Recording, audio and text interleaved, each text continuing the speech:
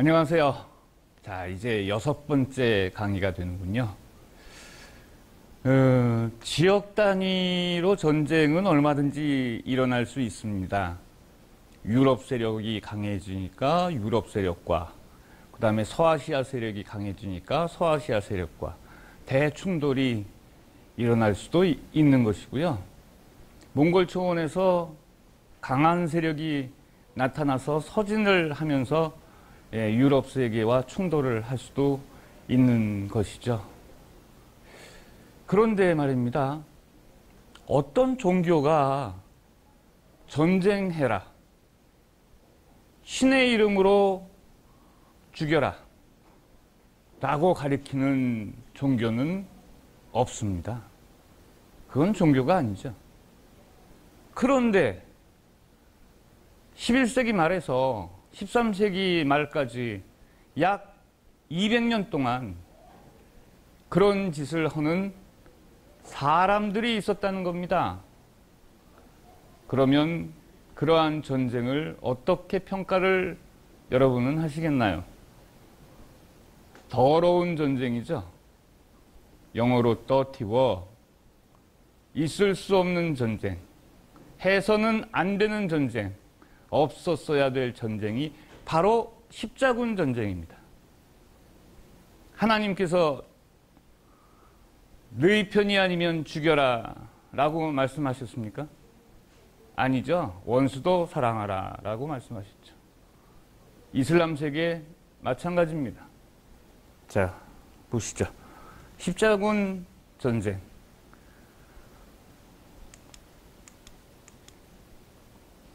(1095년 11월 27일) 날 그 당시에 교황이었던 우르바노 2세는 십자군 전쟁을 선포하게 됩니다. 소위 말해서 서유럽의 기독교 세력이, 크리스트교 세력이 서남아시아의 이슬람 세계를 공격할 것을 선전포고하는 것이었죠. 그래서 그 다음 날 1095년 11월 28일 날 드디어 십자가를 가슴에 그린, 전투복 가슴에 그린 십자군이, 종교적으로 무장된 그 군대가 이슬람 지역으로 공격을 하기 시작을 합니다. 자, 이렇게 유럽이 먼저 전쟁을 건 십자군의 주요 경로와 십자군 국가를 한번 살펴보도록 하겠습니다. 영국, 이베리아 반도의 에스파냐, 포르투갈, 프랑스, 리옹, 마르세유, 로마, 베네치아, 이 당시에는 도시국가 중심이었기 때문에 이렇게 나오는데 쭉 해가지고 제1회 십자군 전쟁부터 시작을 해서 제8회 십자군 전쟁까지, 즉 1096년부터 시작해서 1270년까지 약 200년 동안 이 지역은 어마어마한 전쟁이 진행이 되었던 것이죠. 자, 그래서 이 십자군이 점령한 십자군 국가의 최대 규모, 요 빨간색 테두리로 되어 있다, 바로 여기입니다. 십자군이 점령을 해서 세운 국가, 십자군 국가의 규모가 이 정도까지 되었다는 것이 되는데, 그러면 십자군 전쟁은 왜 일어났을까요? 종교는 틀리지만요, 유대교에서 그리스트교가 나왔죠. 그리고 또한 그 후 약 700년 후에 유대교를 뿌리로 해서 이슬람교가 나왔습니다. 적대 세력이라고 보여지는 크리스트교나 이슬람교는 한 뿌리에서 나온 두 종교란 말씀이죠. 유럽을 지배했던 크리스트교도 유대교에서, 서아시아를 지배했던 이슬람교도 유대교에서. 자, 그러면 성지가 겹쳐질 확률이 있을까요, 없을까요? 있겠죠. 그 겹쳐지는 성지가 바로 예루살렘이라는 것입니다.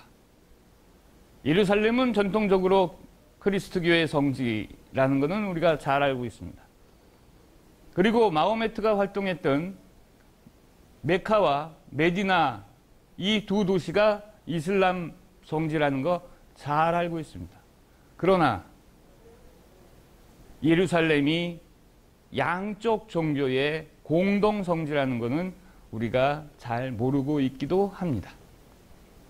제가 종교학 전공이 아니니까 그 세부적인 내용은 생략을 하기로 하고요. 예루살렘을 그리스도교가 점령하고 있을 때는 그리스도 교도들의 이슬람 성지 순례가 아주 순탄했을 겁니다. 그 다음에 이슬람이 점령하고 있을 때는 이슬람 교도의 예루살렘 순례가 평탄했겠죠.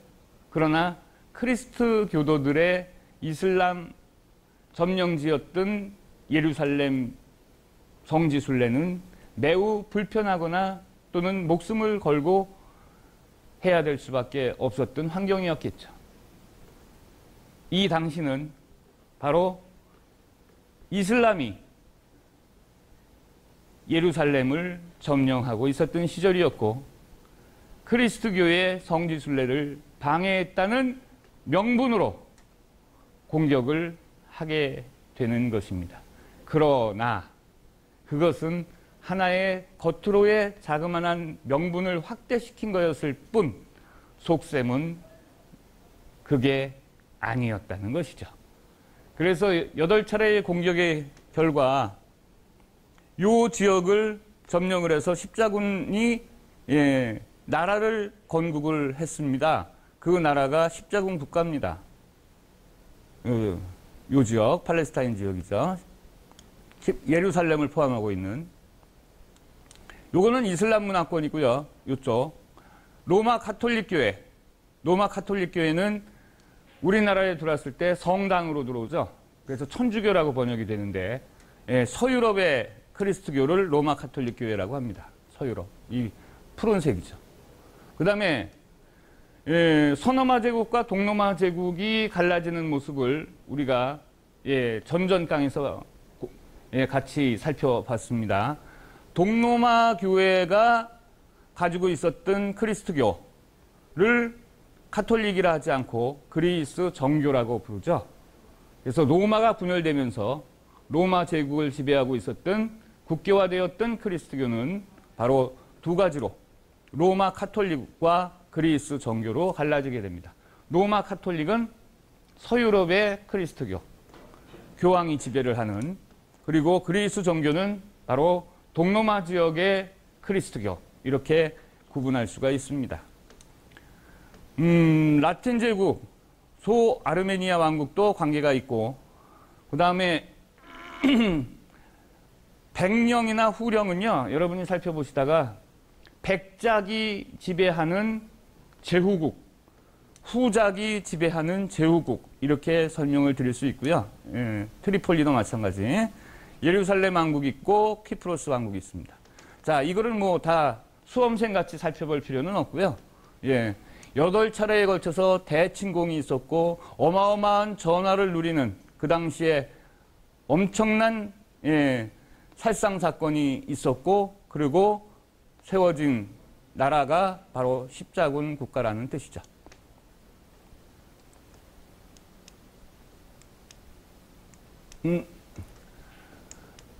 자, 이제 바탕색을 좀 바꿔야 되겠습니다. 잘 안 보이시죠?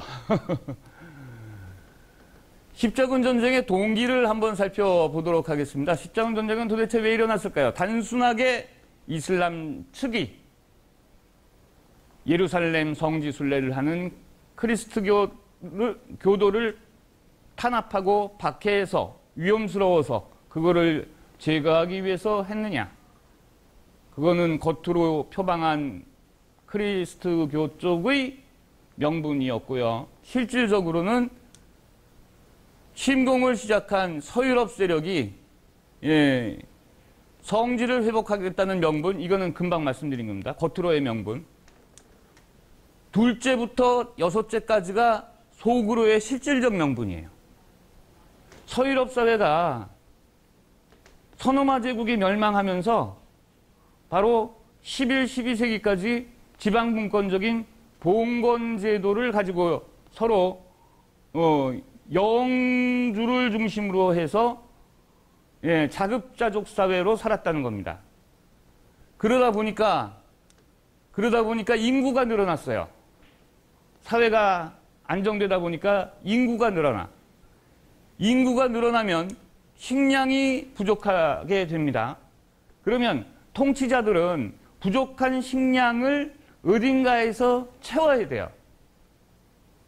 그런데 만일에 식량을 채우질 못하면 자신의 통치력이 약화되잖아요. 그런데 다른 데서 식량을 채울 방법이 없다 그러면 일부 통치자들은 어떤 악덕 수단을 쓰는지 아십니까? 인구를 줄여요. 인구를 줄인다는 것은 곧 자기가 다스리는 지역의 백성들을 죽인다는 뜻입니다. 그냥 죽이면 학살입니다. 따라서 전쟁을 벌립니다. 전쟁을 벌리면 전사자가 나오고 전쟁의 결과 이기면 자기 세력이 커지고 저도 멸망하지만 않으면 식량 문제가 해결된다는 것입니다. 너무 무섭지 않습니까? 그래서 저는 성선설보다 성악설이 맞지 않느냐라고 생각하는 사람이기도 합니다.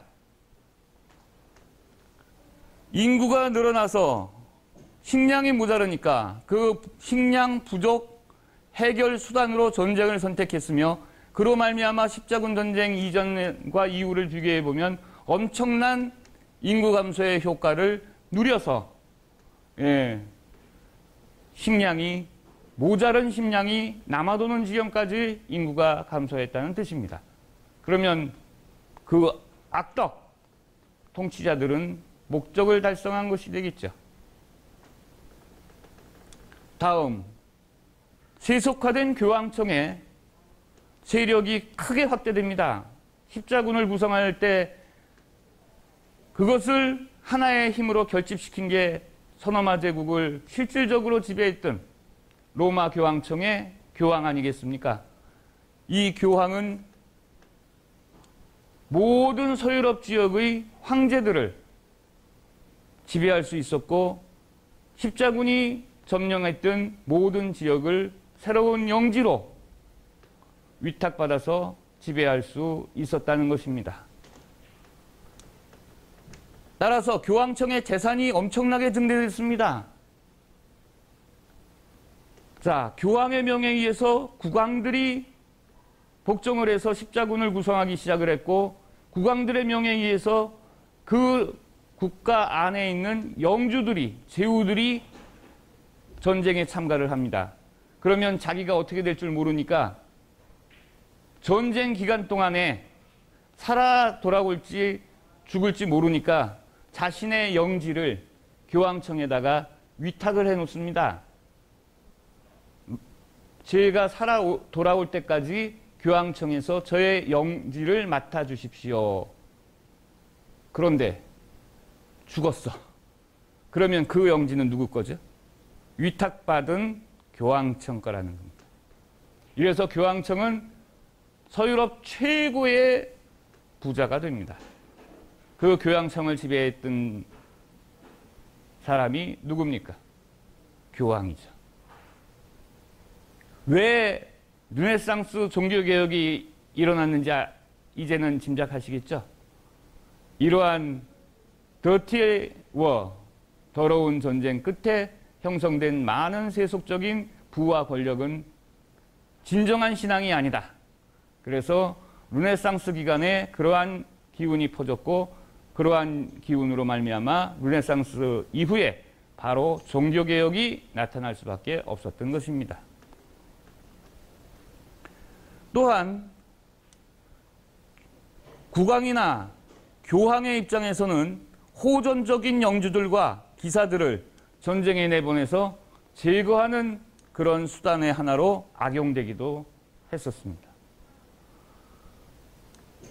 끝으로 독특한 이론인데요. 무장순례 기원설이라는 게 있습니다.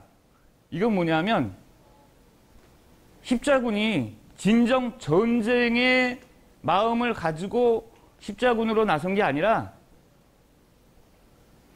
이 기회를 통해서 예루살렘 성지를 한번 순례하고 오겠다. 그런데 예루살렘은 원체 위험한 지역이니까 무장을 한 상태에서 군사의 자격으로 예루살렘 성지를 순례하고 오는 것을 무장순례라고 하거든요. 그 이전에도 군인이 되어서 몇백 명 단위로 해서 무장순례를 하고 오는 사례가 꽤 있었습니다. 따라서 무장순례의 일환으로 십자군 전쟁을 하기도 했다. 그러니까 예를 들면 자, 십자군에 나가라. 이 사람이 그러니까 그거는 사람 죽이는 거니까 하나님 말씀에 어긋나는 거 아니겠습니까? 야, 그렇게 하고 갔다 와. 성지순례 위험하니까 네가 군사의 일환으로 갔다 올 수 있는 거 아니야? 그렇다면 갔다 오겠습니다. 이렇게 해서 갔다 왔다는 거죠. 그것이 바로 무장순례 기원설이 되는 것입니다. 그러나 이 2번부터 5번까지의 상당히 나쁜 속셈으로 십자군 전쟁은 일어났던 것이 분명합니다. 십자군 전쟁 200년 동안 무수한 인명이 죽었습니다. 그런데 십자군 전쟁에서 얻은 것은 아무것도 없습니다. 십자군 전쟁은 실패입니다. 영토를 얻은 것도 아니고 그렇다고 해서 어떤 황금 보화를 얻은 것도 아니요. 그냥 소모전을 치르고 최고 지도자, 최고 지배자의 권력만 강화시킨 거예요. 그러다 보니까 교회의 권위는 땅에 떨어지게 됩니다. 하나님의 말씀이라고 했는데 왜 우리가 이슬람교도한테 져야 되느냐? 왜 졌느냐 이게. 하나님의 말씀이라고 한다면 반드시 절대적으로 이루어지는 것인데 그렇지 않은 것 같다. 이거는 그 밑에 있는 교황이야 성직자들이 우리한테 거짓말을 했다. 이렇게 되는 거죠. 그래서 교회의 권위가 상실되고 경제적으로는 장원 경제가 붕괴됩니다. 왜? 많은 노동력들이 군사로 착출되어 전쟁터에 나가서 죽습니다. 농사지을 노동력이 부족해지죠. 그러니까 영주들은 농사지을 노동력 확보를 말미암아 농노들을 자유농민으로 해방시킬 수밖에 없었다는 것이죠. 살아남은 농노의 신분의 상승이 이루어지는 형태를 볼 수가 있습니다. 그러면서 임금 노동자들이 이제 많이 발생을 합니다. 강제 노동이 없어집니다. 왜? 노동 인구가 작아지니까요. 적어지니까요. 따라서 임금을 주는 과정에서 화폐 경제 체제는 발달하게 되겠죠. 동로마 제국이 오히려 쑥대밭이 됩니다. 전쟁터가 되면서. 따라서 동로마 제국의 몰락을 초래하는 계기가 되었고 그렇게 약화된 유럽 세력을 아시아인들이 정복하고 정벌하는 계기가 됩니다. 그 아시아인은 바로 몽고 초원에서 등장했던 징기스칸 세력입니다. 몽고족의 침입이 있었습니다. 그리고 곧이어 흑사병이 창궐하게 됩니다. 지금 우리가 인생 초유의 팬데믹 사태를 맞이하고 있지 않습니까? 2년째. 흑사병은 지금과는 상대가 되지 않는, 왜? 일단 위생 상태가 달라요. 십자군 전쟁에서 엄청난 사망자가 생겼는데 이 사망자들을 제대로 매장하고 처리했겠습니까? 아니죠. 여기저기에 시신은 쌓여 있고 그것이 썩어서 썩은 시체의 물은 지하수로 침투를 할 것이고 이 지하수로 침투한 시체 썩은 오염된 물은 우물을 통해서 식수로 사용이 되었을 것입니다. 그게 악순환되다 보니까 유럽 전역에서 전염병은 창궐하게 되고 바로 그것이 까맣게 썩어 죽는 흑사병이 전 세계적으로 돌았던 계기가 되는 것이죠. 그러니까 더 이상은 유럽에서 뭔가를 할 수 없어요. 배 타고 나가야 돼. 그래서 새로운 신천지를 발견하고 새로운 신천지에 가서 건강하게 살 수밖에 없어. 팬데믹을 탈출하는 과정에서 대항해 시대가 개막이 되었습니다. 하려고 해서 했던 게 아니라 전염병에서 탈출하자. 서양 세력의 힘을 더하게 되는 계기가 되었던 것이 바로 이 당시의 흑사병이었죠. 자, 끝으로 저는 굉장히 위험하다고 생각하는 게 있습니다.